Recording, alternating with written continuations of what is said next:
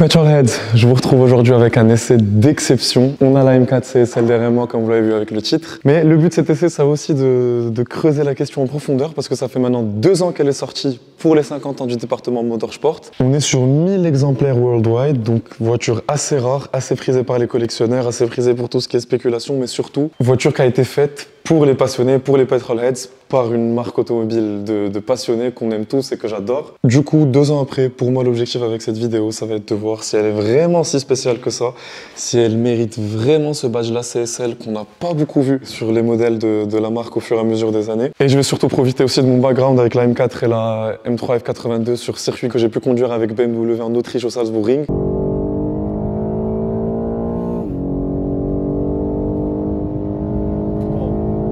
Pour voir un peu vraiment les différences qu'il y a entre les deux et voir à quel point on les ressent et surtout si on kiffe derrière le volant. Comme vous le voyez aussi d'ailleurs depuis tout à l'heure, je suis entouré par plein d'autres bébés et c'est parce que cet essai est aujourd'hui possible grâce à Belgium Motors.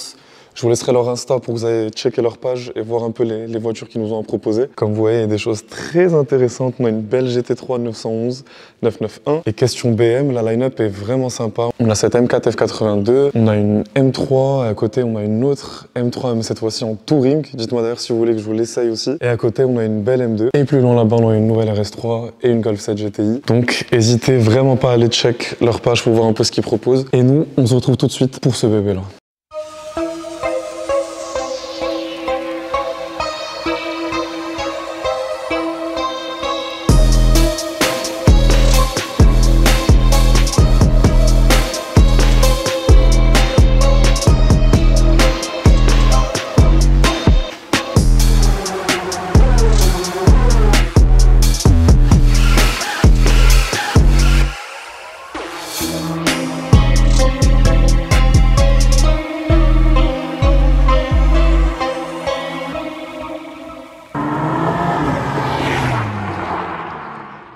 Bon, on va clairement commencer par le look de cette voiture. J'aime beaucoup ce qu'a fait le département Motorsport sur cette CSL pour la différencier de la M4. En toute douceur, vous allez voir qu'il y a certaines choses qui sont plus discrètes que d'autres. Mais déjà, face avant, on a la calandre Enrico qui avait beaucoup fait parler lorsque la nouvelle M3 M4 était sortie. Elle a été un peu modifiée ici. Je préfère de loin celle-ci, ça rend beaucoup mieux. Après, il y a un mot qui va revenir énormément dans cet essai, c'est le mot carbone. Je remarque déjà qu'on a un nouveau front splitter entièrement en carbone et qui fait très méchant là avec ces sorties qui sont un peu plus larges. Comme d'hab, c'est le même aéro qu'il y a sur le modèle standard, donc les grosses entrées d'air, on aura juste toutes les options en carbone qui auront été cochées, comme ici. Ce qui saute aux yeux aussi, regardez, quand on ouvre la voiture, c'est cette signature lumineuse en jaune, et ça c'est pour les feux de jour. Gros clin d'œil au monde de la course. Et bien sûr c'est un modèle qui a été fait pour les 50 ans de M, donc il y a énormément de clins d'œil, mais je vais pas vous commencer par le rappel historique, ça arrive juste après. On va continuer à s'en mettre nous plein les yeux avec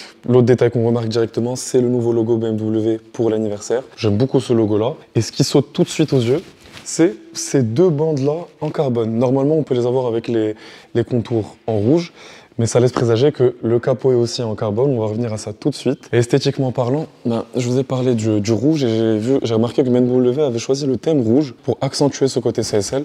On l'a ici avec ce nouveau badge M4 CSL qui est entouré de rouge, la calandre est entourée de rouge aussi. Ça lui donne vraiment un côté bien méchant, bien assumé. Rouge qu'on retrouvera sur le badge M4 sur les côtés.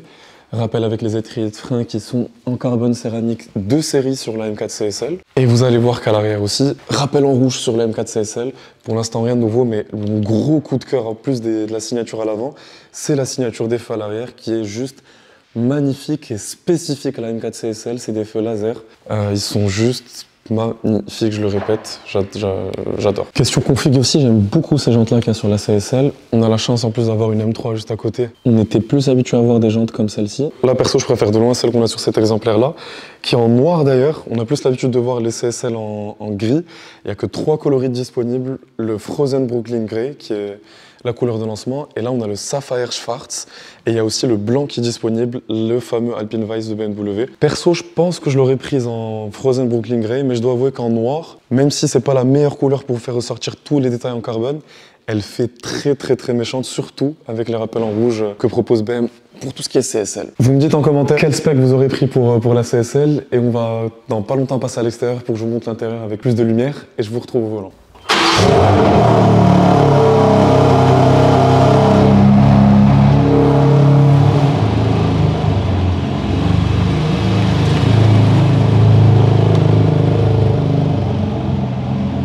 Bon, on se retrouve à l'extérieur, même si elle était très méchante à l'intérieur du garage. Elle le reste tout aussi sous la lumière du jour. Et je vais en profiter pour vous montrer l'intérieur cette fois-ci, où le thème de carbone est bien respecté parce que déjà on a des tout nouveaux sièges qui sont littéralement une coque de carbone avec le rappel CSL ici en rouge. Ils sont pas ajustables. La seule chose qu'on peut faire, c'est enlever cet appuie-tête là pour laisser de la place au casque. Sinon, comme vous le voyez, toute la console centrale est en carbone. Sur le volant aussi, comme sur la M4 normale, on a un volant en Alcantara avec le center trim en rouge, les surpiqûres M. Par contre, ce que j'aime beaucoup aussi, ce que j'adore chez BM, c'est qu'il y a toujours ici le modèle qui est rappelé, qui peut s'illuminer. Et là, on a le CSL en rouge, qui lorsqu'il s'illumine, c'est assez impressionnant. Après, c'est exactement comme sur une M4 normale. On a aussi le rappel CSL ici, et tout a été évidé là, si vous remarquez, on a juste une espèce de petit rangement là.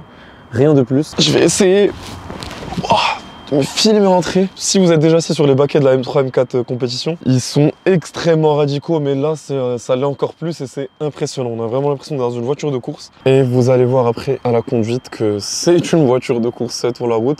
Il y a, comme sur toutes les BM, le mode M1, M2 pour configurer exactement toute la voiture selon nos souhaits. Mais il y a des petits trucs en plus que je vais vous remontrer au volant tout de suite. Bon, on va se démarrer ça. Juste se mettre bien sûr en mode valve ouverte et on se met en mode sport.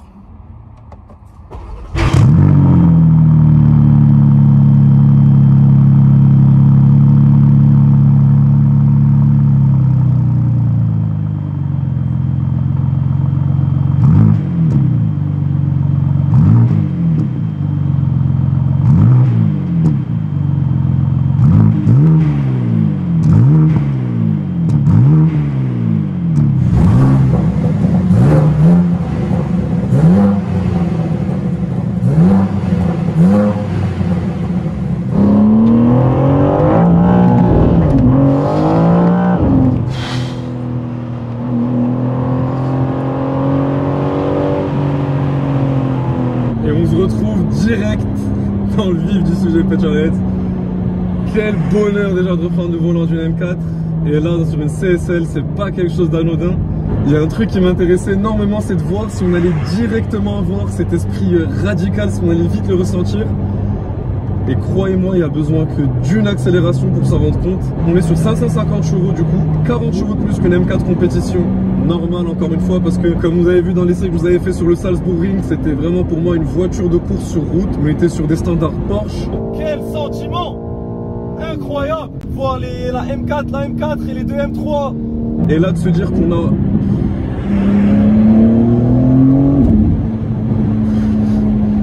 kilos en moins, des suspensions rabaissées de 8 mm et une boîte ZF8 8 rapports.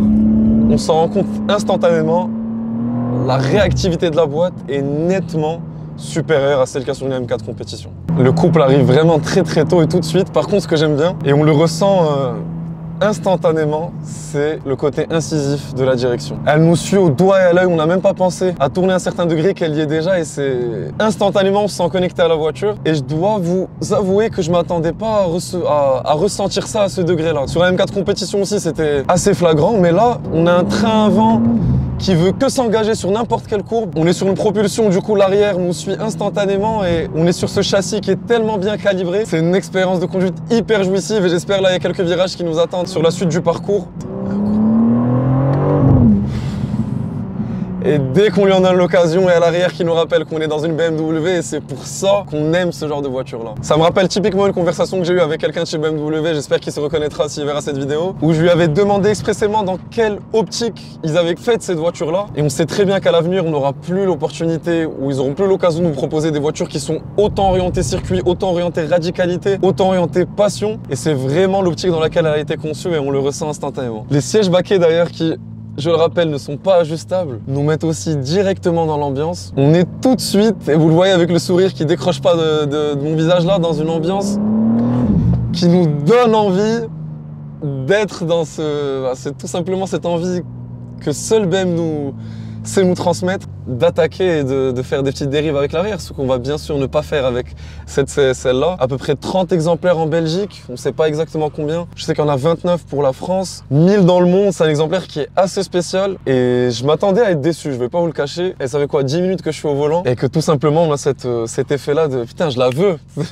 Directement sur la bucket list, t'as une nouvelle voiture qui apparaît et elle est incroyable. C'est vraiment l'optique dans laquelle je voulais faire l'essai, c'était de dire un peu pourquoi cette voiture-là m'a déçu, parce que je me disais que la formule de moins 100 kg, c'est vraiment la formule à laquelle on a été habitué sur toutes les voitures un peu spéciales qu'on propose les constructeurs. Je m'attendais pas à ressentir autant ce gain de poids. On reste sur 1625 kg, donc ce qui est un peu aberrant de dire qu'on est sur une voiture lightweight pour ce poids-là. Après, on va pas être trop pointueux, c'est les poids auxquels on a été habitué avec les voitures modernes, on peut pas faire autrement, mais le comportement de la voiture est diabolique. Et en plus, avec cette config Sapphire Schwarz et les petits rappels en rouge, on se met vraiment dans le mood diabolique, quoi. Bon, et sinon, CSL, c'est pour couper sport lightweight, comme je vous ai dit. Ça impose que ce soit un peu plus léger, bien que les standards de léger aujourd'hui, j'aime pas trop appeler cette voiture-là une voiture légère parce que certes on gagne 100 kg par rapport à une M4 compétition normale et je vais vous montrer comment. Mais on reste du coup sur 1625 kg au lieu des 1725 kg de la M4 compétition. C'est possible bien sûr grâce à énormément de carbone. Ça commence avec le capot, je vous ai montré les deux bandes en carbone mais on a bien tout le capot qui est en carbone. C'est hyper satisfaisant de voir ça comme ça avec ce rappel M ici. C'est pas un sticker, c'est vraiment incrusté dans le carbone. C'est magnifique.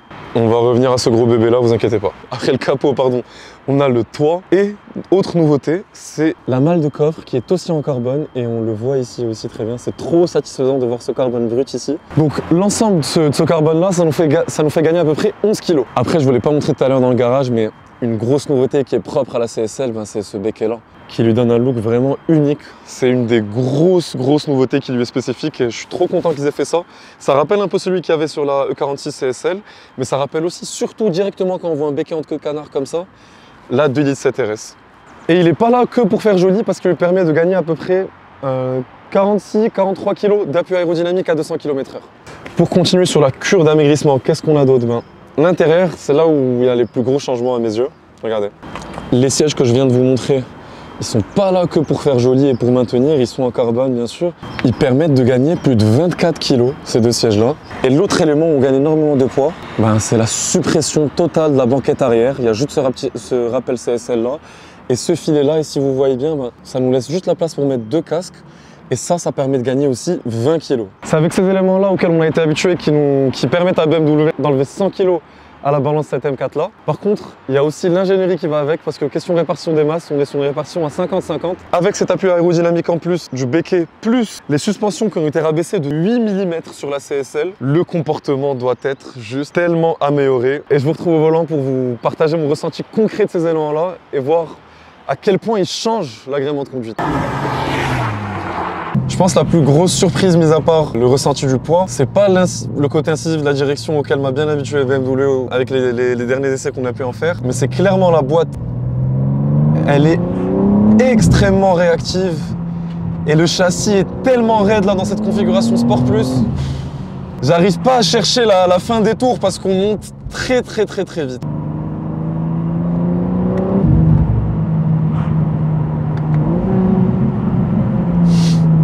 Et concrètement, Petrolhead, c'est une voiture qui nous donne envie d'être sur circuit.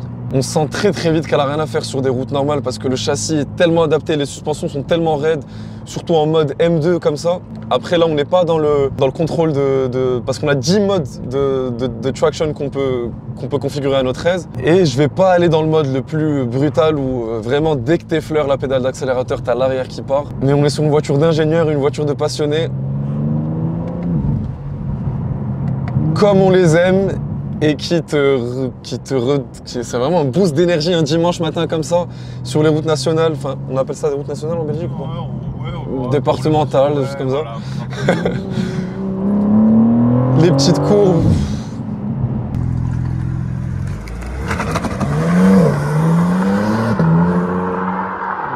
J'essaie de vous faire des essais les moins statiques possibles. Vous me direz d'ailleurs qu'est-ce que vous en pensez en commentaire. Et là, j'attends qu'il repasse pour les flyby, mais je voulais vous dire qu'en fait, en y réfléchissant, question comparaison, qu'est-ce qu'on pourrait avoir pour le même prix d'à peu près 170 000 jusqu'à 190 000. Là, celle-ci, elle est affichée à 199 000 parce que avec la rareté... Ah, écoutez, regardez. La rareté, je vous disais, hyper impressionnant de la voir comme ça passer de l'extérieur. Mais pas que, toute l'ingénierie, tout ce qui fait que cette voiture est spéciale. J'en suis pour l'instant vraiment ravi parce que c'est pas une voiture marketing, si vous voyez ce que je voulais dire. C'est pas une petite édition spéciale juste pour faire joli. Tout a été fait pour qu'elle soit spéciale et qu'elle honore ce badge CSL. Et en fait, mis à part une GT3, je vois pas ce qu'on pourrait acheter d'autre pour le même prix. En fait, il n'y a pas tant de concurrentes que ça. J'ai bien réfléchi, mais pour la C63S, il n'y a pas de boulot qui a été fait dessus pour qu'elle soit aussi spéciale. Donc, j'aimerais bien voir en commentaire, vous, si pour le même prix, vous serez parti sur une GT3 ou sur une M4 CSL. Ça va être vraiment difficile, je pense, de trouver une configuration ou un setup qui met à mal cette M4 CSL là. Beaucoup trop précise, beaucoup trop incisive. J'ai même pas l'impression de me donner beaucoup de mal pour la placer sur les petites courbes qu'on passe là. Question freinage aussi. C'est pas une nouveauté chez BMW, mais regardez, il n'y a personne derrière nous.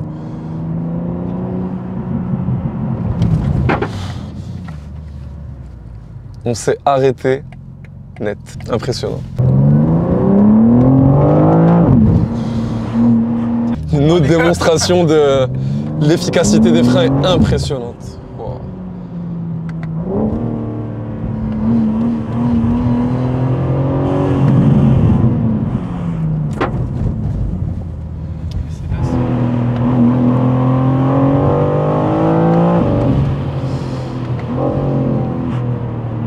La précision, c'est pas normal, c'est pas de ce monde. Et ouais, parce que moi je vous ai toujours dit que j'aimais pas trop la sonorité que faisait le S58, mais c'est vrai que là, avec un silencieux en titane, plus, regardez, qu'une seule plaque en métal au niveau du coffre qui sépare de l'intérieur, où en plus on a eu suppression de toute la banquette arrière, ça fait que l'immersion sonore dans cette CSL est juste dingue comme vous l'avez vu, et ça c'est carré. Et on a les petits retours qui arrivent. Bon après c'est vrai que, question insonorisation, le fait qu'on en ait vraiment beaucoup moins vu qu'avec la suppression des banquettes arrière et le silencieux en titane comme je vous ai montré, ça fait son petit boulot quand même parce que j'ai pas le souvenir d'avoir eu une expérience aussi immersive d'un point de vue sonorité avec la M4 compétition normale encore une fois. Et c'est pas le timbre de voix le plus plaisant comparé au S55, au Straight 6 de la E46 bien sûr, ou encore au S65 le V8 Atmo qu'il y avait sur la E92.